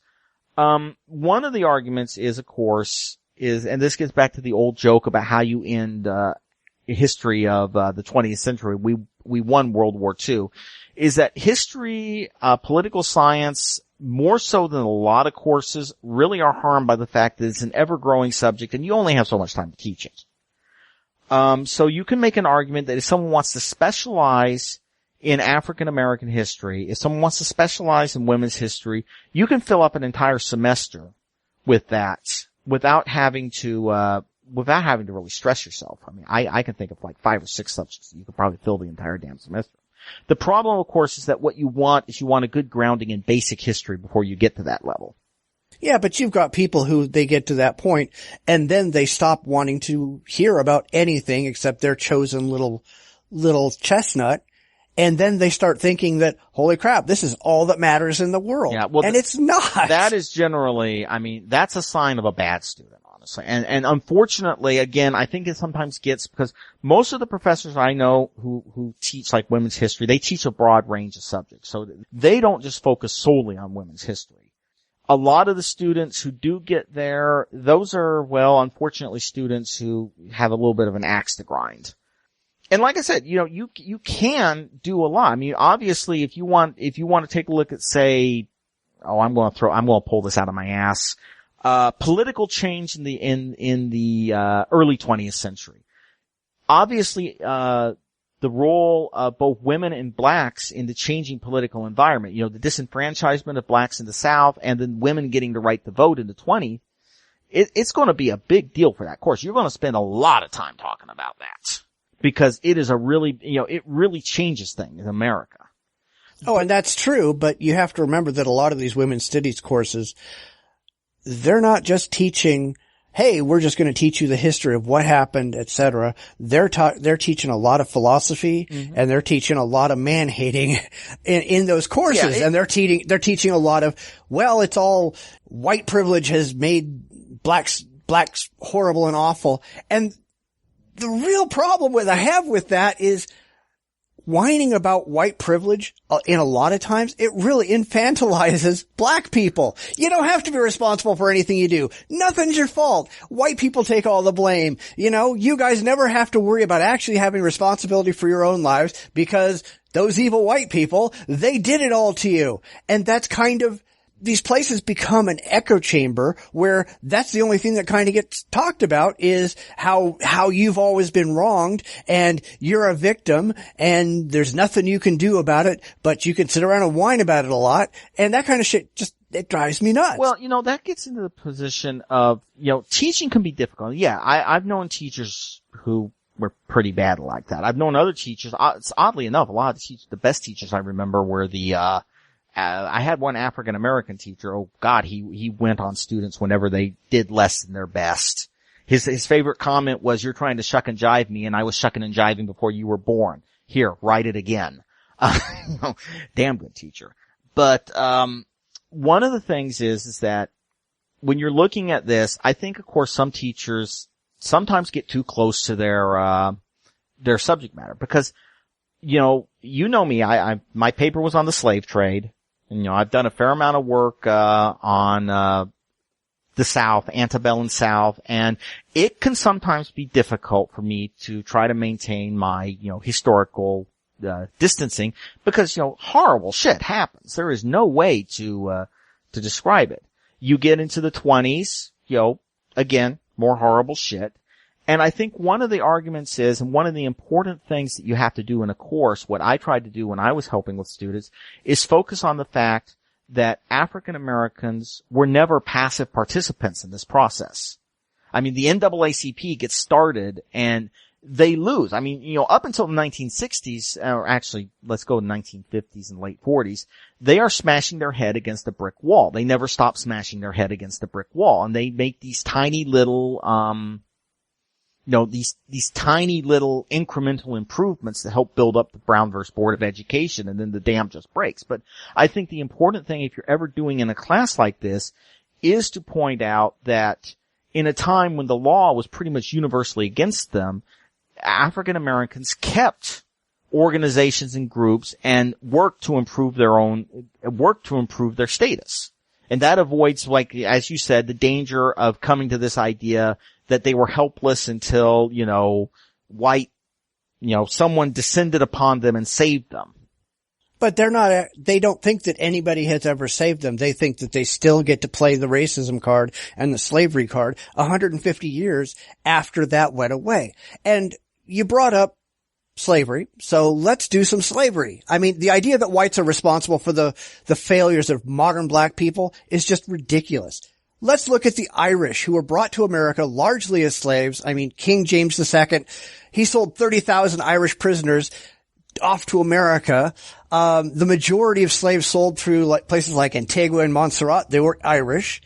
But when they were freed, it didn't take them long to become, if not socially accepted, to be financially responsible for themselves. They were not sitting around 150 years later going, damn slavery, damn racism, whatever. Well, one of the things is you got to remember that, especially in the South, and of course, you know, we get the huge migration from, you know, World War I up until the end of World War II, up until northern industrial cities. So, focusing on the South isn't entirely accurate as to the entire experience. But you got to remember is that in parts of the South, up until, you know, let's see. I mean, you know, where my own family read, it was generally held it was a bad idea to be a black man passing through up until like the early 90s. I don't know what happened then after that because all members of my family in those parts of the country died. So I really didn't, you know, I don't own anything, don't know anybody back there, but you know, this was Kentucky, Virginia, down a couple of communities down Georgia way. So one of the problems is that up until segregation goes away. I mean, you know, segregation really doesn't start going away completely, I would say, until the early 70s. You know, it's legally away. There are legal barriers to everything. I mean, hell, you got Loving versus Virginia in 1969. It wasn't legal to have a mixed race marriage until after 1969, at least not, you know, nationwide. So, in some respects, worse things happen to them, happen to African Americans than other cultures that were more easily assimilated, because the South didn't want to assimilate. I will go off on a rant here, is that people who say that Reconstruction was too harsh, no, it wasn't. Because we're still reaping the damn rewards of the fact that we were too damn nice in Reconstruction. Yeah, but I can do you one better. Yeah? Look at the Jews. All right, they came to America in two great waves, but the one I want to talk about is the one following or during and immediately following World War II, right, where they fled Europe to avoid the Nazis. They came here with nothing.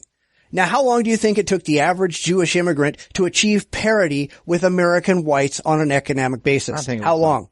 5 or so years. You know, they 4.5 years. All right. And we're supposed to think it's going to take black people decades or centuries to do the same thing? That's bullshit. And let's be honest, the slave owners weren't out there trying to obliterate the blacks. They weren't doing medical experiments on their slaves. They actually had had a reason to keep them alive and healthy so they could keep working. They weren't sitting in death camps with no food. The Jews were. So why is it that the Jews were able to rebound from this horrible, awful thing, and blacks 150 years later are still having the same damn problems? It's not the whites that are making this problem happen. It's them. Well, the black middle class is actually expanding, right? I mean, this gets to the position, you get the rise of the middle class.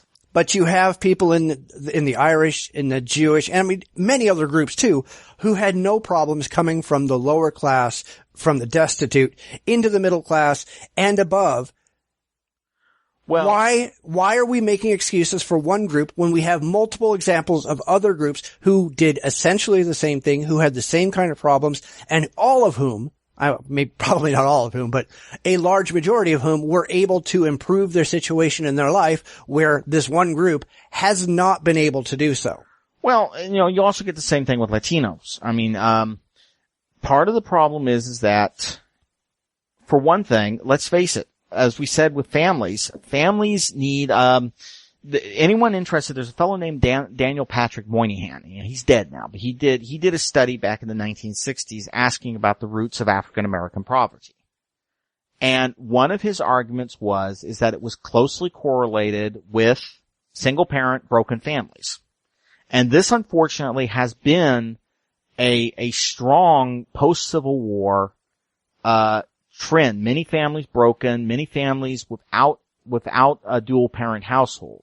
So you have that going on. And that is a major factor. I mean, and you'll get a wide number of African American organizations discussing this. If you talk to a lot of African American organizations, that's one reason why some of the harshest critics of rap come from the African American community, arguing that, it glamorizes a lifestyle that is, fundamentally broken and harmful.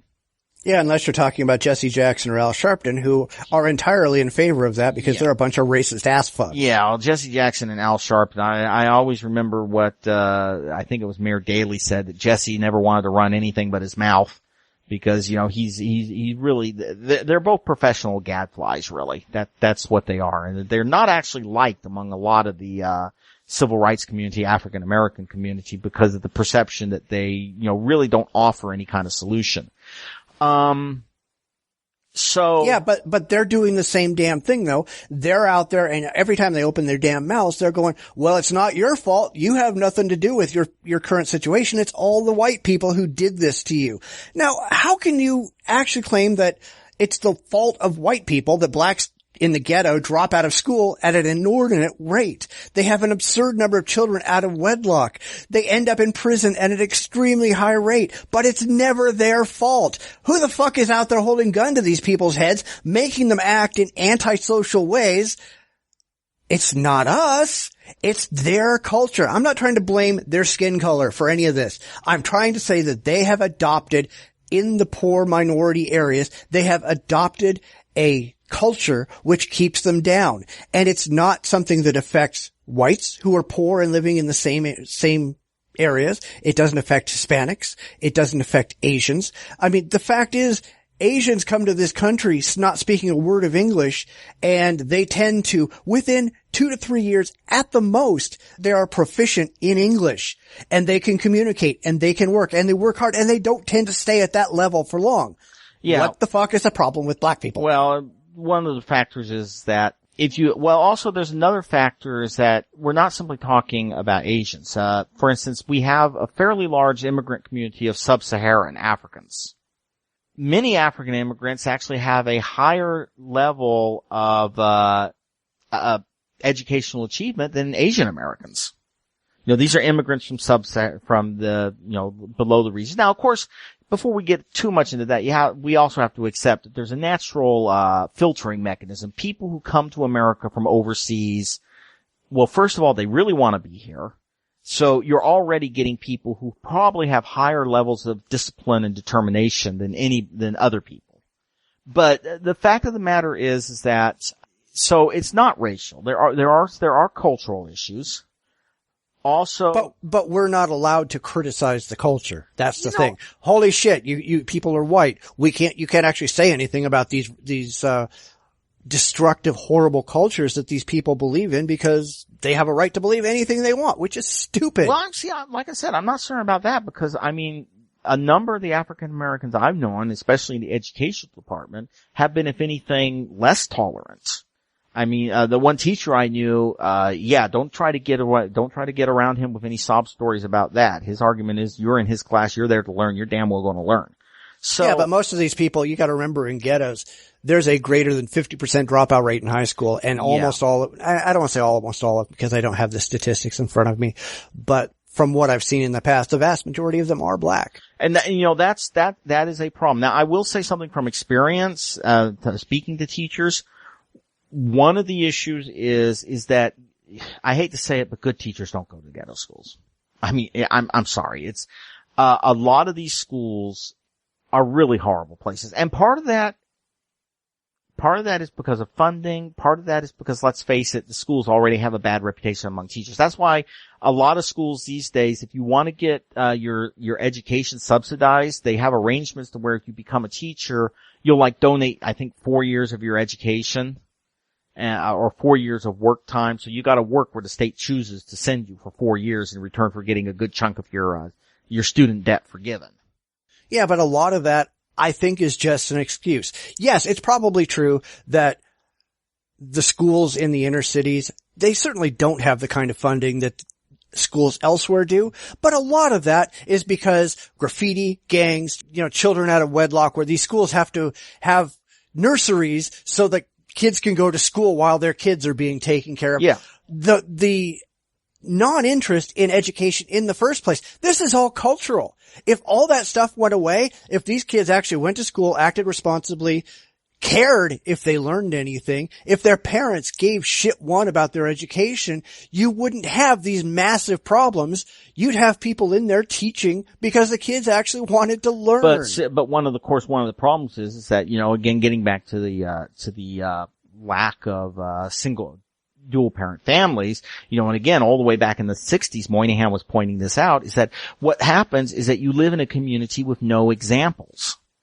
You come to live in a community where you don't know anybody who is carrying on the kind of lifestyle that a community that is majority dual parent families sees as accepted. But they don't want that. Well, of course they don't. Not only do they not see it, but when they do see it, when they do find people who are working very hard to get out of that community, they call them a bunch of Uncle Toms and race traders. They harass them. They not only don't see it, they are adamantly against it. That's a problem. And also, but there is also some good points here because, hang on, I'm trying to call it up. There is evidence that we are having increasing levels of graduation. I mean, I saw that, we're starting to see higher levels of graduation for African Americans. For instance, it's still low, but between 1976 and 2010, the percentage of, black students enrolling in college rose from 9 to 14%. Oddly enough, the percentage of white students fell, although I'm not certain that they're counting community colleges and, vocational schools there. That's always a problem with these kind of things. But, so in this case, I think that the first thing to do, and this gets back to one of my arguments about one of the biggest problems in a lot of these communities, white, black, or ever, is that oftentimes you get high levels of premarital births or, young teenage births because, the school's not really allowed to talk. The state says you're only allowed to talk about it if the parents give you explicit permission. If they don't give you explicit permission, I guess you just wait for them to talk about the birds and the bees. Yeah. Well, I mean, let's be perfectly honest. Liberals don't want to solve this problem because that's their voter base there. It's not liberal. I mean, in this case, a lot of times it's attacks on the part by the religious right, which does not want any kind. I mean, the religious right is dead set against any kind of effective sex education in America. They're still running around talking about damn abstinence. can't think of a single damn teenager I knew who ever tried abstinence. Yeah. Mm-hmm. Well, I mean, let's be really honest. I mean, I spoke earlier about it's the right that has the same problem as the left. I mean, the ultra-right fundamentalists, they want everybody dragged down to their Bronze Age beliefs. They want to teach their idiotic faith as science, and they only want that to happen because they don't want their own students to feel bad about believing this utter complete bullshit. Yeah, and one of these things here is that they did a study. I'm looking at the NCBI, and unfortunately I don't think I can afford to pick up the actual article, but they were talking about interventions for African American students. And they found that 7th grade students that received critical feedback from their teacher improved both their essays and their ability to revise their essays. So, this is obviously not something that is innately and never going to change. There are areas that we can change things.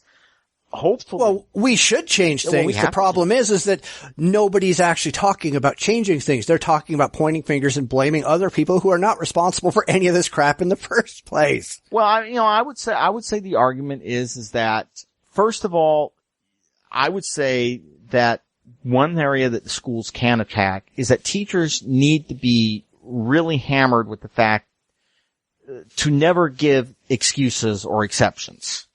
An excuse or an exception for anything other than, physical medical conditions has no role in a classroom. You expect your students to perform high quality work. You help your students perform high quality work, but you don't give them an excuse if they then don't, especially if it's obvious they didn't because they just couldn't be arsed. And that usually pulls the whole class up, I found.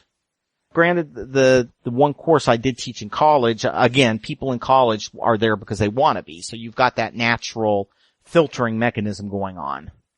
But I will say one thing. I have very low standards for high schools with the skills I saw in students going into college. There's a reason colleges have remedial classes. Well, that's because high schools there's no real requirements. You go into a high school and most of these people, they're as stupid when they leave a grade level as they are when they come in because they don't care and everybody's making excuses for why these kids, can't do any of these things. And now, well, it's not No Child Left Behind. It's we want you to be with your same group of friends all the way through school. So even if you have no clue how to do any of the things at your grade level, we're going to keep passing you on because fuck it, we don't want you to feel bad about yourself. Well, it's not just that, because one of the problems is it's like using No Child Left Behind. No Child Left Behind, at least when it first started, had a thing that if a school failed too many times, the school's funding would be cut, which strikes me as the most idiotic. If a school is having problems, conforming to your standards, whether or not you agree with the standards, put a supervisor in, fire the principal, but why do you think it's going to help? It's like saying, well, you're not building a house fast enough. I'm going to cut your budget for parts in half. Now build the house faster. It was an idiotic stance. Oh yeah, it is, but the problem is that they can't actually hold anybody responsible because the teachers unions have these people in there with tenure and they could be out raping the students and you probably couldn't fire them based on that. Well, one of the problems is that for a lot of communities, one thing is that, let's face it, nobody wants to spend money on schools. I mean, it's unfortunate to say, but schools really have budgetary problems, both in the sense of getting money and then using the money they get efficiently. For a number of schools, I at least found teaching smaller classes to be easier, but that's one of the first things that goes away when the budgets get cut. And if, for instance, if you're looking at like a high school, English teacher, some of them are supposed to, in addition to teaching the class, grade what can be like over 100 papers every, week. And that's just ridiculous. There is no way you're going to get adequate feedback for the students if you're running through, 100 5-page papers in a week. What you're going to have is the teacher's basically going to look at the paper, see, okay, did you write it? Did you write 5 pages? Good. Is it minimally comprehensible? Good. Here's your paper. But you're not going to get anything like what you get. One of the reasons why college is such a surprise to many students, where you come back and you wrote a paper that got an A in high school, and then when it comes back, it looks like somebody, blew up a can of red ink over it. because for the first time possibly in years, you have gotten a situation where someone is looking at your paper and evaluating it for everything from grammar to, okay, did you correctly argue your points? And this is unfortunately a big problem with high schools. I mean, and it's a problem with most high schools. The only thing that, see, this is one area where a lot of, inner city schools really fail, because the students in the schools who are doing really well, a lot of these schools don't have access to AP courses. And so even if a student is getting an all A's, even a student who would qualify for an AP course at another school if they were available, may not have access to those AP courses because they're not offered. I've always thought, if you have that problem, establish a school where the AP courses are offered and then bus people to that school if you have to get them into those AP classes. Yeah, but they're going to complain about busing. You know that. I don't know. I mean, some of the students I've talked to, they would basically walk over broken glass to get, because, everyone knows that if you want to get into a good college, being able to say, I didn't just get an A in my normal classes, I got A's in my AP classes, that's a big deal. I mean, that is. Well, I don't mean the students necessarily. I mean a bunch of whiny liberals going, oh no, segregation. It's the ghost of segregation. We can't bus anybody anywhere. I don't think they would, because it's giving them opportunity. I think the biggest thing that would be, honestly, seriously, the biggest problem would probably be monetary. I mean, people wouldn't want to spend money on it. There would be people arguing that you're sending a small number of students to a different school and it's costing us money. I mean, money is the root of all evils. And, my belief is that if we demanded gladiatorial combats to resolve budgetary issues, we'd have much more entertaining things to talk about and probably less problems with our budgets. Yeah, but that doesn't stop charter schools from popping up all over the place, which have the exact same problems. Yeah. Well, charter schools, especially depending on the charter school, that may or may not be teaching to any kind of approved curriculum. Some charter schools are good, but some, depending on the state and where you are, schools need to all conform to a certain base curriculum. Oh, I agree with that, but that's not what either the left or the right wants. No, and it is a problem, because I really, one of the biggest issues I have with schools is that depending on where you go, you can get radically different forms of teaching, and that is an issue. This is a case where when we talk about racial bias and we talk about these issues, it exists, depending on where you are. But the question is, oftentimes when you look into it, it gets more complex, because when we're talking about school suspensions, this was a study done in Texas, and they found some fairly major discrepancies in the races. And one of the problems is that one of the primary discrepancies they found was in what we would call subjective suspensions. Disrespect, running in the hallway. The difference when you were talking about suspensions, expulsions, arrests for actual objective crimes, carrying a weapon, graffiti, something that you can actually point to and say, okay, we have an objective metric, the student did this. Differences between racial differences were very small. Where we got a difference is like being disrespectful to the teacher. And this is an area where you kind of run into a problem, because there's three factors working here. First of all, this was done at a time when zero tolerance was really big. And zero tolerance is a fucking stupid idea. Sorry people, it is. Because all that does is that probably turned a lot of offenses that would have been, hey, cut it out, or hey, I need you to stay behind school for an hour because, that wasn't acceptable, into a full-on official, we're going to, in some cases, give you a misdemeanor citation. In other cases, it's now on your record. It's a stupid idea. Not everything is worthy of, official sanction. Well, that's true, but the article just lists a bunch of offenses, and we're supposed to think that they're all automatically equivalent, but they provide no actual details on any of them. It just says that, well, these black students were disciplined more than these white students. Right. Well, if blacks committed more crimes than whites, they ought to be disciplined more. Well, see, one of the arguments that the study made is that if there was higher levels of, misbehavior all across the line, we would see the difference in the objective crimes as well. In other words, weapons, drug, those violations. The fact that we didn't, one of the problems, of course, is that I have a number of African American friends. I've gone to, AME churches, and, one of the things the article argues here is that there is a lot more, there is a bit of a cultural divide. Louder. You could have that, but I think one of the other things that's happening here is that,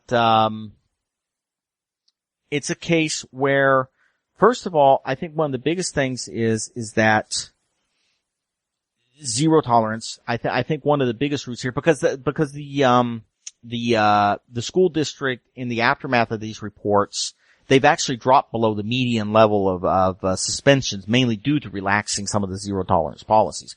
And one problem with zero tolerance, and I think people need to understand this, it's always sold to us that, it takes discretion out of the process, so you don't have to worry about, one student who's seen as a bad student getting hit more than the other student who's seen as a good student. That's not the case. The only thing zero tolerance does is it moves it down one step to where the teacher's now deciding whether or not to report the offense at all. In fact, some schools, zero tolerance has harmed discipline rather than helping discipline, because nobody wants to, start the process. Yeah, that's unfortunately true. Well, yeah. Well, I mean, and the thing is that in all seriousness, zero tolerance, I dislike it because seriously, you put people over children for a reason. And one of those reasons is for them to exert their good judgment in having disciplinary proceedings. To tell the child to craft a punishment that is equal to the crime and will hopefully motivate the child to, behave better in the future. Zero tolerance doesn't do that. It sucks every bit of judgment out of the teacher. The teacher is not allowed to take into account the fact that, okay, you have one kid that has been a continual troublemaker all year long, and you have another kid that finally just got pushed too far and took a swing at him. It doesn't do that, and it has another impact that I've often thought may have something about these cases, is that if students see this process and they come to believe that, okay, it's just zero tolerance, it doesn't matter what we did, we're just going to get zinged for it, it doesn't produce respect for the rules. It produces the opposite.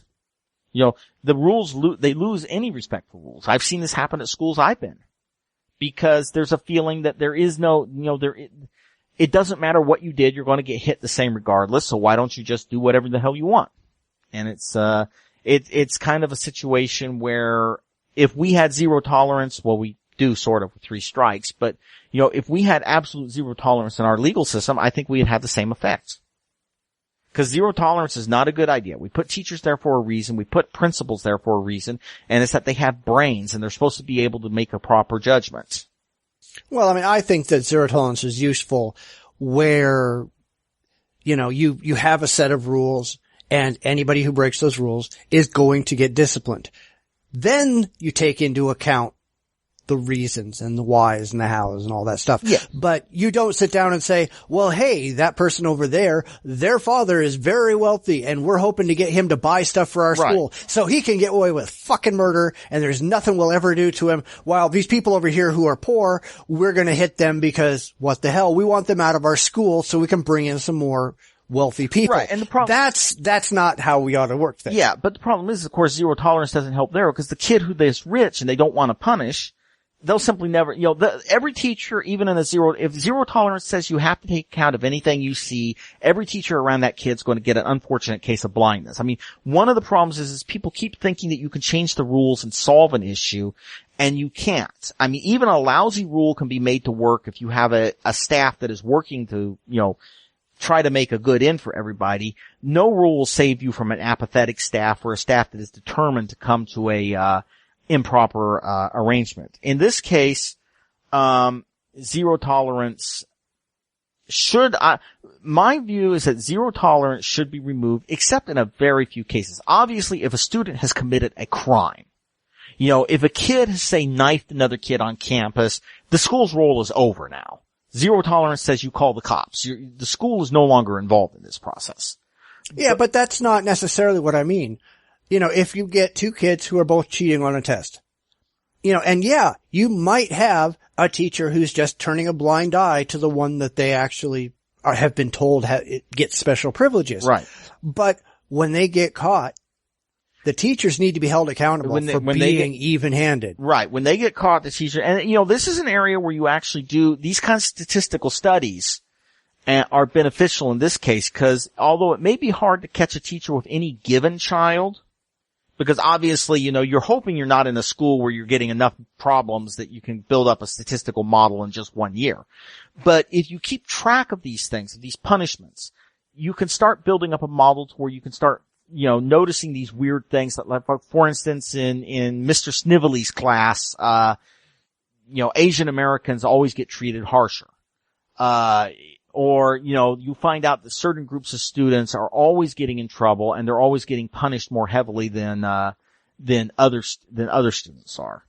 Well, up until you realize that those students are actually bigger troublemakers than they should be. Bigger troublemakers, yeah. I mean, that's where you want record keeping, because, for instance, if you find out that, okay, just to use, running in the hallways. If two students are running in the hallways and one student's getting nothing but warnings and the other student's getting, suspensions for it, that's where you probably want to ask the teacher, what is the difference? You find out, okay, well, the one student got yelled at for running in the hallway because she occasionally takes off, a little too fast to get to her class when she's been talking to her friends a little long. The other student basically treats the hallway like, his very own sprint.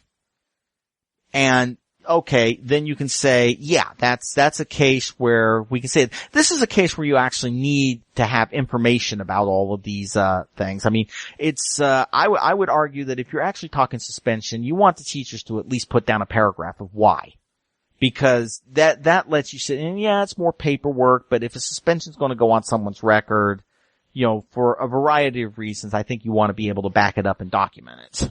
Oh, exactly. And plus the fact you don't want people coming along later and going, well, we're just going to look, and this is kind of a correlation versus causation thing, where they're going to come along and say, well, look, we found this single thread that runs through all of these suspensions, and therefore that thread is responsible for those suspensions. That's not necessarily the case either. And a lot of people go, well, let's see, there's a lot of these people are black, therefore we're going to claim that being black is responsible for this. No, it's not necessarily the case. You have to look at the actual details for all of these cases and find out what the actual motivating factor was for all of these cases, and they're never really willing to do that. Right. Now, on the other hand, you get cases where there clearly is a problem, like with Meridian, Mississippi. One of the cases there was you would have children who were often children with disabilities, which is a particular hot point for me, but some of these children, as young as 10, according to the Justice Department lawsuit, were arrested for rudeness to a teacher and tardiness, and sometimes held for days without a probable cause hearing. Now, that's just an open and fucking shut case right then and there. Oh, absolutely. You should never, arresting a 10-year-old, I seriously would argue that, I'm not even certain if you should be able to arrest a 10-year-old or send them up for some kind of psychiatric observation, because under most codes of law, a 10-year-old really doesn't even have mens rea. He doesn't, many codes of law don't even accept the idea that a child that young can create the concept of a crime to be guilty of a crime. So this is a case of where, yeah, you look at this, there's smoke, and yeah, there was a big ass fire under that smoke, because, it appears to be yet another case where sending kids to jail. I'm certain there's kickbacks for it, but the case is still, under litigation at this point, I believe. Or no, actually it had a consent decree on March 22nd. So we'll see what happens with that consent decree. But that's a case where you can argue that no, that's the kind of thing showing that there is definitely problems in the school system. And, just to finish this up, I'd like to say that this is another factor. The United States, again, is a big country. Don't try to apply what happens in one state to another state, because usually you'll find out that there are major differences between states and, counties within the states, and for that matter, schools within the same district. There can be major differences depending on the leadership, the student body, the parental involvement, if you get a single parent in a situation who's charismatic and is a real leader, it can completely change the complexion of a school. And then unfortunately the kid graduates and the parent leaves, and it's not illegal to kidnap him and lock him in the closet so you can use him for the next year. Yeah. But, well, I mean, we're going super long. We are going super long. That is my problem. I love to hear my voice. Yeah. But, well, we should probably go ahead and finish it up. If anybody has any questions, comments, etc., please let us know. Otherwise, if there's nothing else, Okay. I believe I am finished. All right, let me get going then. Okay. If my ear was wait a minute. No, we're not going to do that. That's a limerick for another time. Thanks for hanging out with us. We hope you enjoyed the show, and we'll come back for more next week. Get out there and spread the word. You know you like us, and now we need your help to recruit more shambling hordes to the cause. Please like and subscribe to the podcast. You can find us on iTunes, Stitcher Radio, Player FM, and our very own website, as well as on YouTube every week. So please tell people to go find us there. So until next week, see y'all later. All right. I will see you all too. Have a good one. Thank you for listening to another episode of the Bitchspot Report podcast. We invite listeners to interact with the show by commenting on our website at report.jdragononline.com. We can also be found on most social media sites, including Facebook, Google+, Tumblr, and Twitter. You can also listen on iTunes, Stitcher Radio, and Player FM, as well as on the aforementioned website. New episodes post every Friday at 9 a.m. Pacific. Those interested in being on the air, please visit our website. All instructions are there. We appreciate our listeners and supporters. We couldn't do this without you.